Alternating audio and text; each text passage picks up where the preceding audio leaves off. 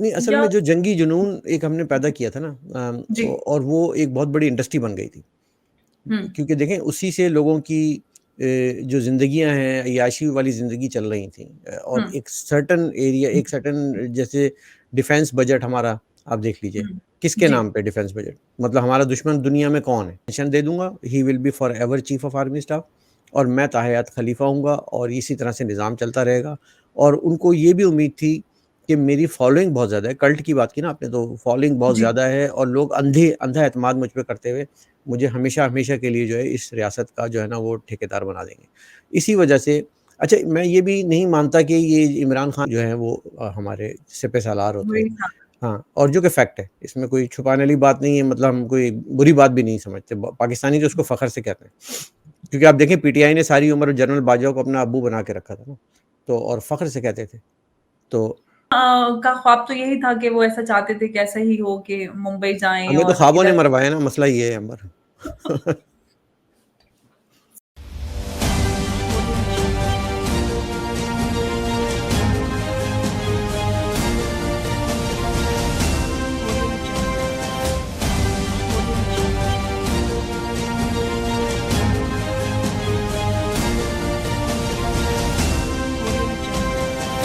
नमस्कार दोस्तों, मैं हूँ आपके साथ अंबर ज़ैदी। स्वागत है आप सबका हमारे आज के खास कार्यक्रम इट्स डिबेटेबल में और आज हमारे साथ बहुत ही खास मेहमान मौजूद हैं, अनीस फारूकी साहब। बहुत अरसे बाद आज वो हमारे शो पर तशरीफ़ लेके आए हैं। बहुत-बहुत स्वागत है आपका। नमस्कार जी, फारूकी साहब। आदाब, आदाब, कैसी हैं आप? मैं बहुत अच्छी हूँ। सबसे पहले तो मैं आपसे यही डिस्कस करना चाहती हूँ। पहले मैं क्योंकि एक ऐसा मिला-जुला के मैं कुछ आपसे चर्चा करना चाहती हूँ। चर्चा ज़रूर। ये है कि हम सब जानते हैं कि 14-15 अगस्त आ रहा है, आज़ादी आ रही है। 15 अगस्त भारत की आज़ादी और पाकिस्तान में 14 अगस्त को मनाया जाता है। हुँ, अगर मैं यहाँ पे कोई कंपैरेटिव एनालिसिस नहीं करने वाली क्योंकि भारत और पाकिस्तान का अभी कंपैरिज़न करना भी जायज़ नहीं है। हुँ, लेकिन पाकिस्तान में जो पूरा क्राइसिस है पॉलिटिकल इंस्टेबिलिटी हो चाहे इकोनॉमिक और जितने भी मसाइल हैं उसके बीच में अभी हमने देखा गवर्नमेंट डिसॉल्व हुए हुँ, और हमने शहबाज शरीफ साहब का भी बयान सुना, बिलावल भुट्टो को भी सुना। हुँ, उन्होंने बहुत कुछ कहा कि जो हमारे पुराने लीडर्स हैं, एल्डर्स हैं, वही अपने आने वाली जनरेशंस के लिए वही सिस्टम छोड़ जाते हैं। कोई हुँ, इम्प्रूवमेंट, कोई पॉलिसी में, यहाँ तक कि एस्टेब्लिशमेंट, आर्मी सभी के हवाले से बात की। हुँ, हुँ। और इसी बीच जो इंटरिम प्राइम मिनिस्टर हैं, उनका भी नाम सामने आ रहा है, अनवारुल हक कक्कर साहब का। मैं आज सबसे पहले तो उनके बारे में जानना चाहती हूँ, फिर आगे हम इस पे बात करेंगे। आखिर बिल्कुल। कौन है ये? क्योंकि काफ़ी एक एम्बिग्यूटी बनी हुई थी, कौन बनेंगे इंटरिम प्राइम मिनिस्टर? जी, कौन जी, है जी। काकर साहब? हाँ, असल में सवाल सबसे बड़ा मिलियन डॉलर क्वेश्चन ये होता है कि कौन बनेगा करोड़पति? तो एग्ज़ैक्टली। तो तभी ठीक है। रकम मिलती है। हाँ, तो सबसे बड़ा मसला है, और ये हम थर्ड वर्ल्ड कंट्री के सबके मसले एक ही जैसे होते हैं, क्योंकि जी। वो होते गरीब हैं, फिर बाद में वो बहुत अमीर अचानक हो जाते हैं। तो वो एक एक है, ट्रेंड चला आ रहा है। लेकिन फिर भी गरीब मुल्कों में हमें लेसर ईवल को तलाश करना होता है कि कम से कम वाला कौन-सा नुकसान पहुँचाएगा मुल्क को। तो लेकिन ये एक इंटरिम सेटअप है, जिसे हम अबूरी निज़ाम कहते हैं, और इस निज़ाम में बेसिकली इनका काम सिर्फ़ इतना है कि ये निगरानी करेंगे, मॉनिटरिंग करेंगे कि आपने आने आने वाले जो इलेक्शंस हैं उस तक जो है आगे सरकार तक लेके चलनी है, क्योंकि वो एक पीरियड था, एक्सपायर हो गया गवर्नमेंट का, जो कि अकॉर्डिंग टू द कॉन्स्टिट्यूशन था। तो अब ज़ाहिर है लेजिटिमेसी ख़त्म हो जाती है गवर्नमेंट की, तो उस पीरियड में फिर एक इंटरिम गवर्नमेंट आती है। बहुत से कंट्री में ऐसा होता है कि जो एक्जिस्टिंग गवर्नमेंट है वही चलाती है, लेकिन चूँकि हम ट्रस्ट नहीं करते कि वो धांधली हो जाएगी, तो इसलिए हम इंटरिम गवर्नमेंट का एक निज़ाम है। तो वो ये अनवारुल हक काकर साहब बेसिकली बलूचिस्तान अवामी पार्टी, बाप जिसे कहते हैं, रिश्ते में तो हम तुम्हारे बाप लगते हैं। तो नाम है ये, शहंशाह। हाँ, हाँ, तो नहीं, नाम शहंशाह नहीं है, नाम आसिम मुनीर है। अ, हाँ, ओके, हाँ, यस क्योंकि ट्रू। हाँ, हम सबके जो हैं वो अब्बू जो हैं वो हमारे सिपह-सालार होते हैं। वही था। हाँ, और जो कि फैक्ट है, इसमें कोई छुपाने वाली बात नहीं है, मतलब हम कोई बुरी बात भी नहीं समझते। ब पाकिस्तानी तो उसको फ़ख्र से कहते हैं। क्योंकि आप देखें पीटीआई ने सारी उम्र जनरल बाजवा को अपना अब्बू बना के रखा था ना, तो और फ़ख्र से कहते थे। तो इसीलिए अनवारुल हक साहब के बारे में कह सकता हूँ कि वो एक न्यूट्रल टाइप के शख्सियत हैं, बलूचिस्तान से ताल्लुक़ रखते हैं, तो शायद अक्सर हमारे यहाँ क्या होता है कि लोग कहते हैं कि सिंध एक महरूम सूबा है, बलूचिस्तान एक महरूम सूबा है, तो कभी-कभी इनको भी एक सीट दे के ना तसल्ली कर देते हैं कि भई आप भी हमारे साथ मेन स्ट्रीम में शामिल हैं। तो वो अनवारुल हक साहब के बारे में ये कि वो कहा जाता है कि जनरल फैज़ हमीद जो थे आईएसआई के साबिक चीफ़, उनके फ़ेवरेट थे एक ज़माने में और उनके लाए हुए थे। लेकिन ये बात लोग भूल जाते हैं कि लाए हुए थे यानी कि फैज़ हमीद थे और जनरल आसिम हैं। तो वो जिनके हैं होते हैं, वो उन्हीं के होते हैं। तो बेसिकली जो एक न्यूट्रल सा सेटअप लाने का मकसद ये था, इसका इसका हरगिज़ कोई पॉलिटिकल मोटिव नहीं है। ये बात तो हम समझ लें पहले कि ये आएँगे या ये किसी इमरान खान के खिलाफ कर देंगे या नवाज़ शरीफ के खिलाफ कर देंगे, इनका काम ही नहीं है।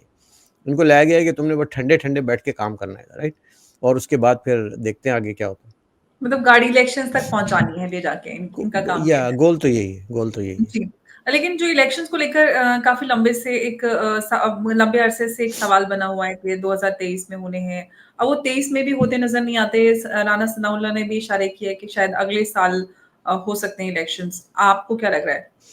हाँ, अभी हालात थोड़े से ऐसे नहीं हैं। हालात से मुराद ये है कि जैसे कुछ टेक्निकल ग्लिचेज़ हैं, जिसमें सबसे बड़ा जो है वो आपका सेंसस की सही हुँ, काउंटिंग है, उसकी बेस पे डिलिमिटेशंस होनी है। डिलिमिटेशंस मीन के जो कॉन्स्टिट्यूएंसीज़ हैं, वो शायद बढ़ जाएँ कई जगहों पे, ख़ास तौर पे कराची में और सिंध के जो इलाके हैं, जहाँ पे बहुत बड़ी आबादी रहती है। अब देखिए मिसाल देता हूँ आपको कि कराची की आबादी को बमुश्किल 1 करोड़ और 25 लाख तक काउंट किया गया था लास्ट। वैसे तो मतलब एक अगर एक जिस जिस तरह अगर आप सोचिए कि मुंबई है, मुंबई में अगर आपको कोई कहे कि वहाँ पे सिर्फ़ 1 करोड़ लोग रहते हैं तो आप मानेंगे नहीं, राइट? क्योंकि वहाँ रहते ही नहीं है, एक से अच्छा। कई कई करोड़ लोग हैं। इसी तरह कराची सेम है। लेकिन काउंटिंग में वो उसको 1 करोड़ ही दिखाते हैं, तो इसका मतलब है ना तो वहाँ बच्चे पैदा हो रहे हैं और ना जो है वहाँ पे कुछ और फर्दर इमिग्रेशन हो रही है। पूरा पाकिस्तान वहाँ पे माइग्रेट होके आता है, उसको हम मिनी पाकिस्तान कहते हैं, वो काउंटिंग बढ़ती चली जा रही है, 4-5 करोड़ का वो शहर बन गया है। काउंटिंग में उसको 1 करोड़ भी नहीं दिखाते। अब लड़ाई-झगड़ा करके उसको 1 करोड़ 75 लाख 2 करोड़ तक 2 लेकिन करोड़ 3 करोड़ तक फारूकी लेकर आए। साहब, आप जो ये सेंसस की बात कर रहे हैं, इनको सही क्यों नहीं बताते? इसके पीछे भी क्या कोई इसके पीछे मन बता रहा हूँ ना कि जो है? हमारे यहाँ जो सिंध की जो अर्बन एंड रूरल डिवाइड है, हुँ, जो क्योंकि हमारे यहाँ जो वडेरा सिस्टम है ना, वडेरा निज़ाम जो सिंध के जो वडेरे हैं हुँ, और पाकिस्तान पीपल्स पार्टी आपको मालूम है कि एक सिंधी जमात है और वो जी, उनकी एक तरह की इजारादारी मोनोपोली है गवर्नमेंट में, सिंध गवर्नमेंट में। तो अगर सीटें बढ़ती हैं, डिलिमिटेशंस होती है और शहरी इलाके यानी कि जो सिविक कराची और हैदराबाद, सक्कर, मीरपुर ख़ास जो हैं, जहाँ पे उर्दू स्पीकिंग ज़्यादा बोली जाती है, इंडिया से माइग्रेट होने वाले ज़्यादा आए हुए हैं वहाँ पे। हुँ, वो उनकी सीटें बढ़ती हैं, एक डिसबैलेंस क्रिएट होता है, उनकी उनकी सरकार को खतरा पैदा हो जाता है। तो और दूसरे कि एक वो सिस्टम चला आ रहा है, वो बड़े खुश हैं कि और उन लोगों को तरक्की भी नहीं चाहिए, विकास से उनका कुछ लेना-देना नहीं। तो ये सूरत-ए-हाल है। जी। अब मैं बात करती हूँ बिलावल भुट्टो के ख़ास तौर से उनके बयान की। जिस दिन असेंबली डिसॉल्व हुई, उन्होंने बयान दिया और उनका बयान काफ़ी अहम भी माना जा रहा है, जिस उन्होंने शिद्दत के साथ काफ़ी बातें रखी हैं, जो मुझे लगता है वैसे तो बहुत अहम है, हुँ, लेकिन उस पर कुछ अमल होता हुआ नज़र नहीं आता। उन्होंने बात की कि जो हमारे एल्डर्स हैं, वो वही पुराना सिस्टम आने वाली नस्लों को दे जाते हैं, जो खुद उन्होंने जिससे 2-4 हुए हैं। हुँ, कहीं पे भी कोई पॉलिसी में चेंज, किसी पॉलिटिकल सिस्टम में कोई चेंज नज़र नहीं आता, डेमोक्रेसी को लेकर कोई काम नज़र नहीं आता और आर्मी को लेकर भी उन्होंने कहा कि हमारा आर्मी के साथ में रिश्ता प्यार-मोहब्बत का, भरोसे का होना चाहिए, डर खौफ नहीं होना चाहिए।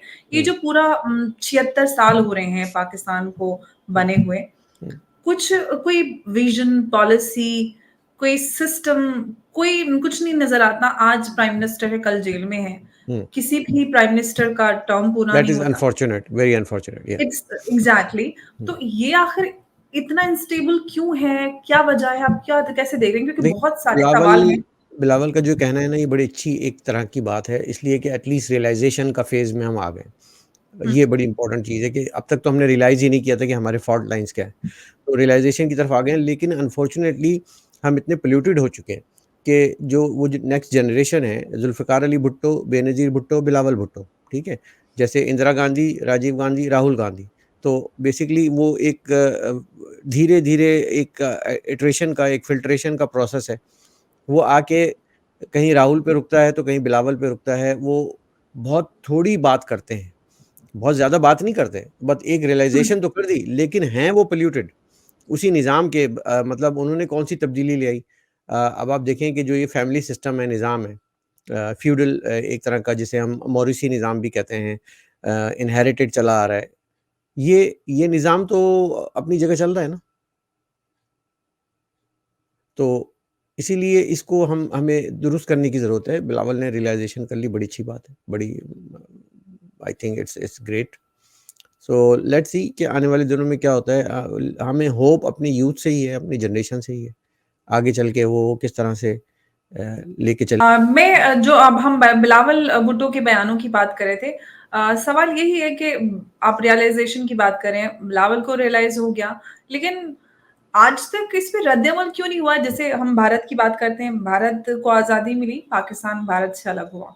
हाँ, हमने देखा कि एजुकेशनल इंफ्रास्ट्रक्चर हो, सिस्टम हो, चाहे इंडस्ट्रीज़ लगाने की बात हो, cottage, small industries, heavy industries, एक एक विज़न था। भारत हुँ, को आज अगर दुनिया की 5वीं बड़ी इकोनॉमी है या यहाँ पर बात होती है कि भारत इतना तेज़ी से तरक्की क्यों कर रहा है, तो उसकी नींव जो 1950 में, 1960 में जब भारत बना था शुरू-शुरू में, तभी एक विज़न के साथ रखी गई थी। हुँ। पाकिस्तान में वो विज़न वो सारी चीज़ें नहीं आई। क्यों लीडर्स ने एक कंट्री के लिए, डेवलपमेंट के लिए आवाम के वो हवाले से काम नहीं किया? देखिए, उसकी फंडामेंटल जो प्रॉब्लम है वो तो आपको मालूम है कि हमारे यहाँ जो मार्शल लॉज़ और डिक्टेटरशिप्स रही, आमरीत का एक निज़ाम रहा है, ठीक है? और जी। वो अनफॉर्चुनेटली अयूब खान, याह्या खान, सिकंदर मिर्ज़ा और ये सब चलते चले आए, फिर ज़िया-उल हक, जनरल मुशर्रफ, फिर अब एक तरह का अनडिक्लेयर्ड जनरल बाजवा का मार्शल लॉ, अब अनडिक्लेयर्ड टाइप के सिचुएशन में चल रहे हैं। शायद किसी हद तक वो लेजिटिमाइज़ अपने आप को करते होंगे, लोग भी समझते होंगे कि Pakistan being a security state है, Pakistan surrounded by Afghanistan, India, Iran, China, like all those things. फिर अफ़गान वार्स हमारे यहाँ आपको पता है कि एक लड़ी गई है, कई सालों तक लड़ी गई है, दहाइयों तक लड़ी गई है और उस लड़ाई में हमारा कचूमर निकला है, राइट? हमें कभी अमेरिका अपना दोस्त बना लेता था, कभी हमें तन्हा छोड़ के चला जाता था। चीन ने कभी हमें लिफ्ट कराई, कभी नहीं कराई, ठीक है? अच्छा, इस दौरान में हमने एक नैरेटिव को बड़ा प्रमोट किया कि जो है ना हम पे भारत हमला करेगा, कब्ज़ा कर लेगा और वो जो है वो इसके लिए हमें एटम बम भी चाहिए और ये भी चाहिए। हालाँकि ये जो जंगी जुनून है, इसकी वजह से आज हम गरीब हैं और ये दोनों तरफ से यही है कि हमने हथियारों की एक रेस ज़माने में हुआ करती थी, आपको याद होगा। तो जी। वो उस चक्कर में बहुत सारे ये फैक्टर जो इकोनॉमिक जो हमारी डिस्टेबलाइज़ हुई है कंट्री, एक तो वो है, फिर डेमोक्रेसी प्रॉस्पर नहीं कर पाई। डेमोक्रेसी इसलिए नहीं प्रॉस्पर कर पाई कि हर कोई एक अपना डॉक्ट्राइन लेकर आ रहा था, हर जनरल। हुँ। मतलब आप देखिए ना कि अयूब खान लेकर आए, फिर ज़िया-उल हक आए कि मैं सही मानों में इस्लामी निज़ाम लाऊँगा, शरई निज़ाम लाऊँगा। फिर उसके बाद जनरल मुशर्रफ आते हैं, वो कहते हैं कि जी मैं एक रोशन ख़याल, मॉडरेट, लिबरल पाकिस्तान लेकर आऊँगा। फिर जनरल बाजवा आते हैं, वो एक इमरानी डॉक्ट्राइन लेकर आते हैं कि हम इस तरह से मदीने की रियासत एग्ज़ैक्टली। बनाएँगे और मदीना होगा और ये होगा, वो होगा, मतलब इस्लामिक टच दे दिया उन्होंने। तो इस्लामिक टच तो ख़ैर हमारे हर वक़्त शामिल ही रहता है, क्योंकि बहरहाल वो कहते हैं कि पाकिस्तान का मतलब कि ला इलाहा इल्लल्लाह, हालाँकि ये नारा कभी लगा ही नहीं था। लेकिन वो हमारी जो सोशल स्टडीज़ की किताबें जो है ना, वही बदल दी गई, तो पूरी की पूरी जनरेशन के माइंड पॉल्यूट हो गए। डेमोक्रेसी अब शायद किसी हद तक स्टेबल हो रही है, इसमें bumps and bruises along the way road पे आ रहे हैं, लेकिन ये कि I think we are on the path, right path. Youth को टाइम देना चाहिए, जैसे बिलावल ने कहा या मरियम नवाज़ हैं या और भी, यानी बहरहाल ये तो एक मौरिसी निज़ाम है, वो उससे हट के भी अगर कोई मिडल क्लास से भी उठ के आ जाए तो अच्छी बात है ना।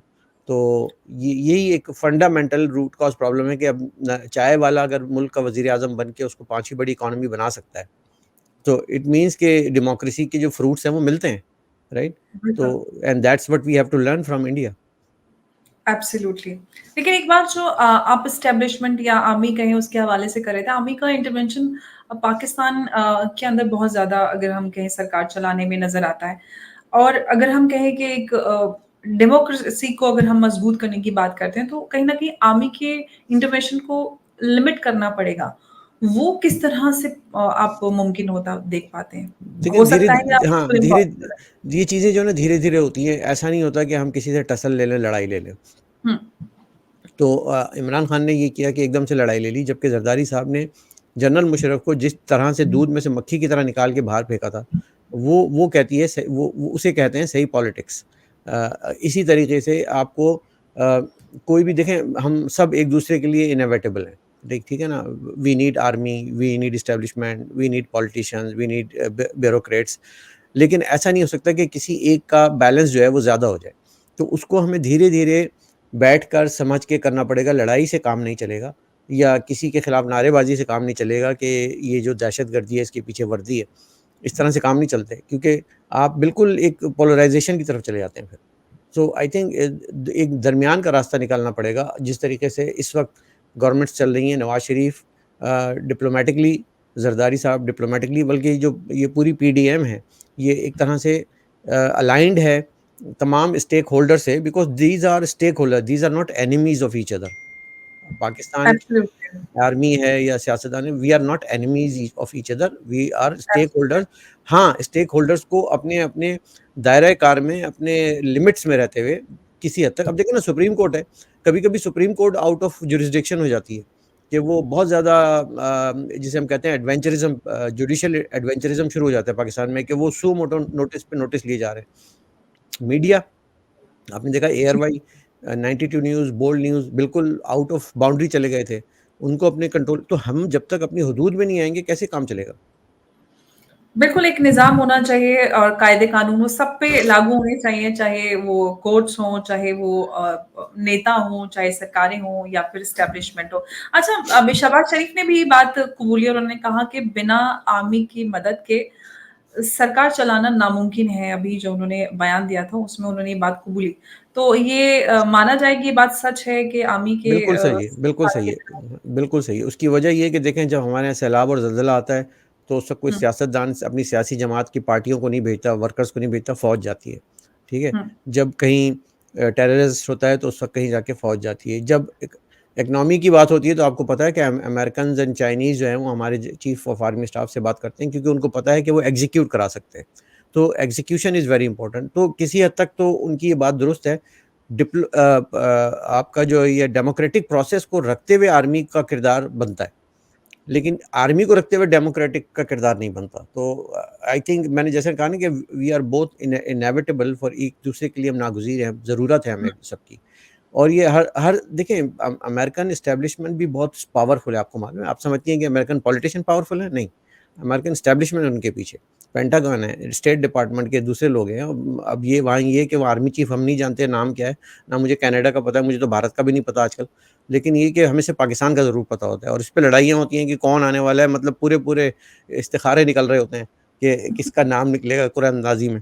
तो ये सही बात। थोड़ा-सा हम लोग एक्सट्रीम साइड पर हैं, लेकिन I think we are getting towards a normal democratic process.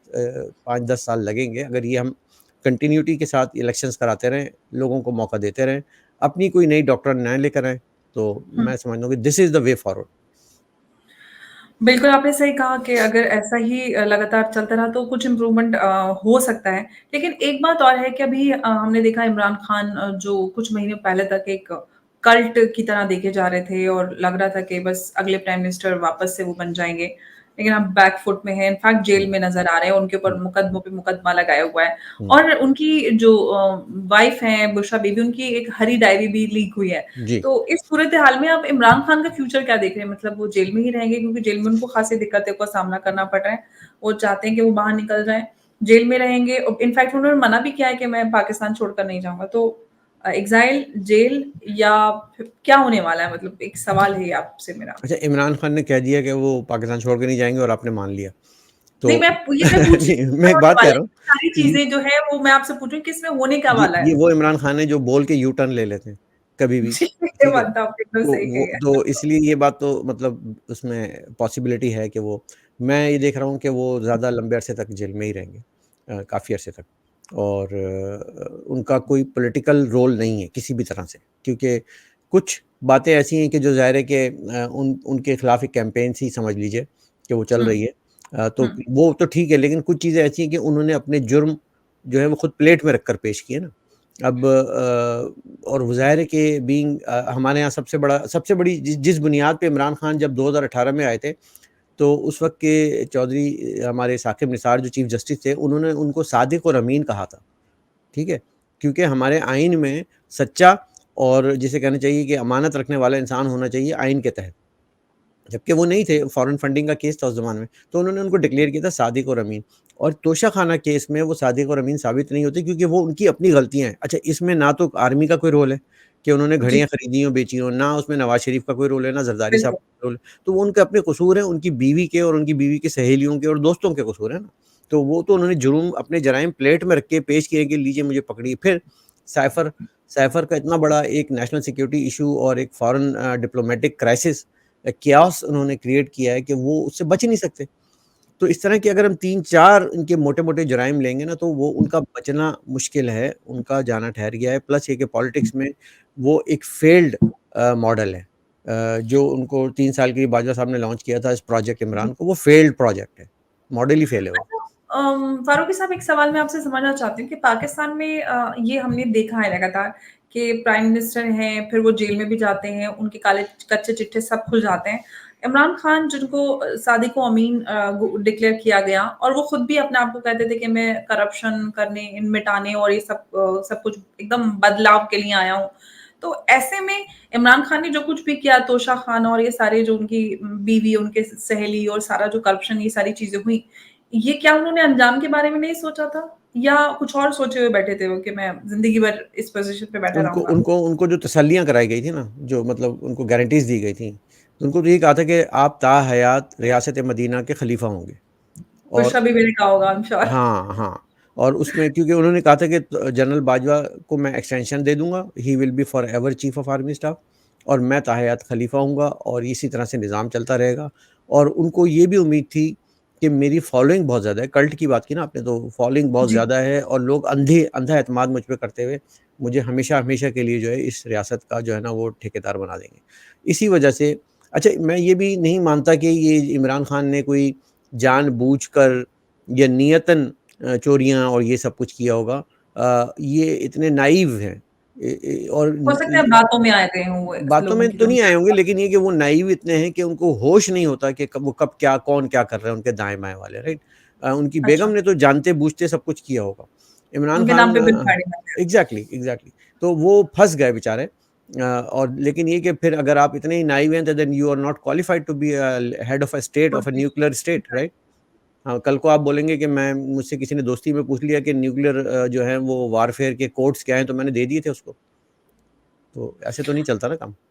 बिल्कुल, अगर आप स्टेट हेड हैं और आप आपके ऊपर ज़िम्मा है पूरी रियासत एग्ज़ैक्टली को चलाने या का, या तो आपको टफ तो होना पड़ेगा आप इमोशंस देखें साइड पे रख नरेंद्र नरेंद्र मोदी कौन-सा ऑक्सफोर्ड के ग्रेजुएट हैं, राइट? के। नहीं है ना। एब्सोल्युटली, लेकिन वो बिल्कुल, एक इतनी बड़ी डेढ़ अरब की रियासत को चला रहे हैं और उसको वो एटॉमिक रियासत भी है, ठीक है? आप एक जी, न्यूक्लियर स्टेट हैं और आप अपनी 5 ट्रिलियन की इकोनॉमी की तरफ जा रहे हैं। आप जी, 5th economy of the world बन चुके हैं और आपने किसी भी कॉन्फ्लिक्ट में हिस्सा नहीं लिया। ठीक है? चाहे वो कोई भी कॉन्फ्लिक्ट हो, चाहे यूक्रेन का हो, एब्सोल्युटली, चाइना का हो, मिस्र का हो, इजिप्ट का हो, यमन का हो, कहीं का भी हो। So you are being a neutral state. वो विज़न कहाँ से आया? उनको किसने पढ़ाया? हुँ, उनको कौन-सा उस्ताद मिला था ऐसा? ठीक है? तो हुँ, एक पॉपुलरिज़्म एक अलग चीज़ है, एक अच्छा खिलाड़ी होना एक अच्छी अलग बात है, 92 का वर्ल्ड चैंपियन होना एक अलग बात है और एक अच्छा स्टेट्समैन होना एक अलग बात है। So we need good statesman like Modi ji. और हमें ऐसे हमारे पास ऐसे नहीं है कि कमी है, हमारे पास भी एक से एक हीरा पड़ा हुआ है, लेकिन उसको आगे आने की एब्सोल्युटली, ज़रूरत है। हाँ, मौका और भी नहीं इसमें पता इसमें होगा देखिए नंबर कैसे मैं आपको एक बात बताऊँ कि हुँ, इसमें फ़ायदा दोनों ही हम दोनों का ही है। इंडिया, पाकिस्तान एब्सोल्युटली, दोनों का फ़ायदा है। अमन होगा, सुकून होगा, ट्रेड करेंगे यार मतलब प्याज़ इधर से जा रहा होगा, टमाटर इधर से आ रहे होंगे, ठीक है, हम गाड़ी चला के कनाडा की तरह अमेरिका में घुस जाते हैं, आ जाते हैं। काश कि ऐसा हो जाए कि किसी दिन हम भी जो है अजमेर शरीफ चले जाएँ मतलब लाहौर से होते हुए। जिन्ना का ख्वाब तो यही था कि वो ऐसा चाहते थे कि ऐसा ही हो कि मुंबई जाएँ हमें तो और ख्वाबों ने इधर मरवाया ना, मसला ये है अंबर।